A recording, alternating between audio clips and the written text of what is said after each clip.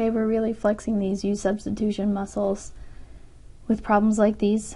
Again, things that are the most complicated are very important to use as our u for the substitution. You might think, hey, 3x to the fifth is pretty complicated, so let's take the derivative of that. That's 15x to the fourth with respect to x. We don't have an x to the fourth. Yeah, we do have a dx, but if we use this guy as u, all of our du's are under the radical. We can't have a du that has an operation on it, so that makes us worried, or it's a bad choice. So this isn't going to do it for us. So we need to pick something that is around the antiderivative, or the derivative is there in the integrand for us to use to make our substitution. So instead, let's choose u to be the dude under the radical, x cubed plus 1. Then the derivative of u is 3x squared with respect to x. We don't have that exactly here with x to the fifth, but we could separate it off, right? We could make it 3x squared times x cubed times the square root of x cubed plus 1 with respect to x. And if we separate them this way, then 3x squared and dx together make exactly du. So oddly enough, there's du, and then this guy was u, and we just have to deal with this rebel x cubed that hasn't yet been converted into u.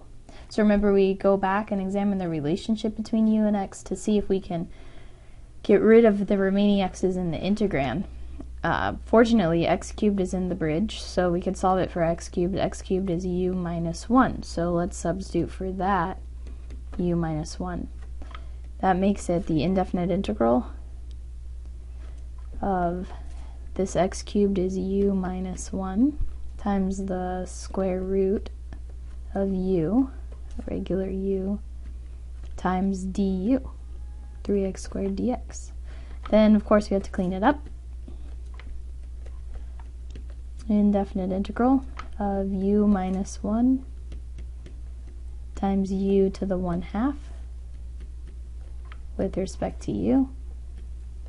We need term by term, so before you go crazy finding the antiderivative, distribute through here, share those exponents. Makes it the integrand u to the 1/2 times u is u to the 3/2 minus u to the 1/2 with respect to u. And now we have term by term, nice little reverse power rule, find the antiderivative of these guys. That's u to the 3/2 plus 1, or plus 2/2 is 5/2 times 2/5 minus u to the 1/2 plus 1, or plus 2 over 2 is u to the 3/2 times the reciprocal 2/3. And before you're finished, replace u's with the x expression, so 2/5 times x cubed plus 1 to the 5/2 minus 2/3 times x cubed plus 1 to the 3/2 plus a constant of integration makes the general antiderivative.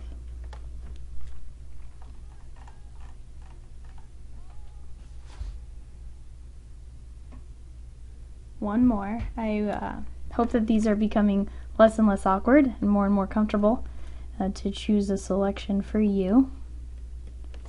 In this case, it's the simplest thing that's the most buried, if you will. So x minus 4 is a beautiful selection for you because the derivative, which would be just dx, is right there in the integrand.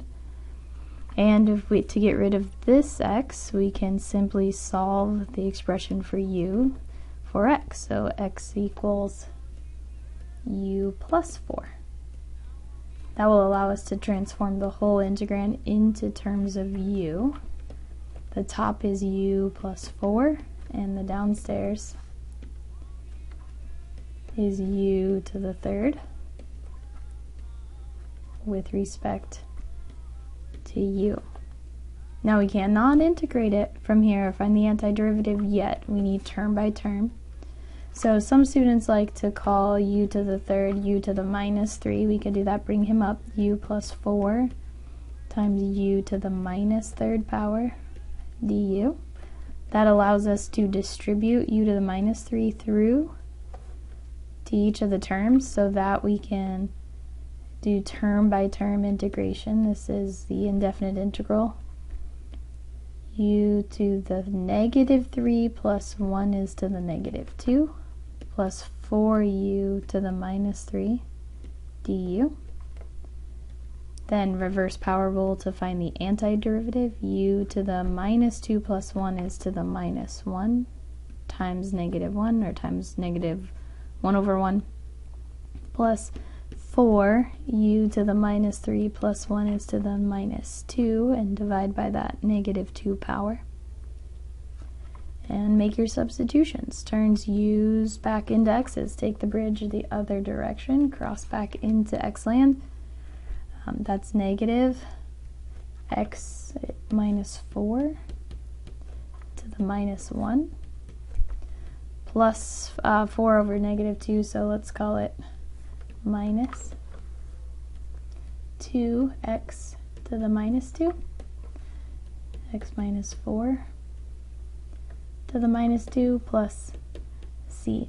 Probably in the back of the textbook, if you look at this, it'll be 1 over x minus 4 minus 2 over x minus 4 squared plus c, or they might even get a common denominator here, make it negative x plus 4 minus 2 all over x minus 4 squared, which turns out to be negative x minus 2 over x minus 4 squared, and factor out the negative probably, x plus 2 over x minus 4 squared plus c.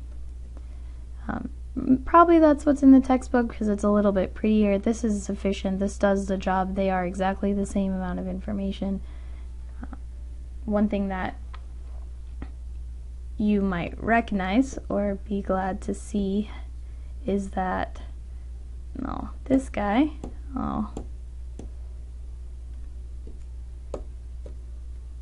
right here is probably what you were messing with when you took derivatives. You had things like this where you had to do low d high minus high d low all over low squared. Those are functions you're used to taking the derivative of, not so much these things which turn up as antiderivatives. It's just that they are not simplified, or they're not unsimplified, if you will. They're not like shoved together and made into one piece of stuff that we like to differentiate. But they are exactly the same, so if you don't believe it, take the derivative of either of these antiderivatives and you'll find that they match the integrand.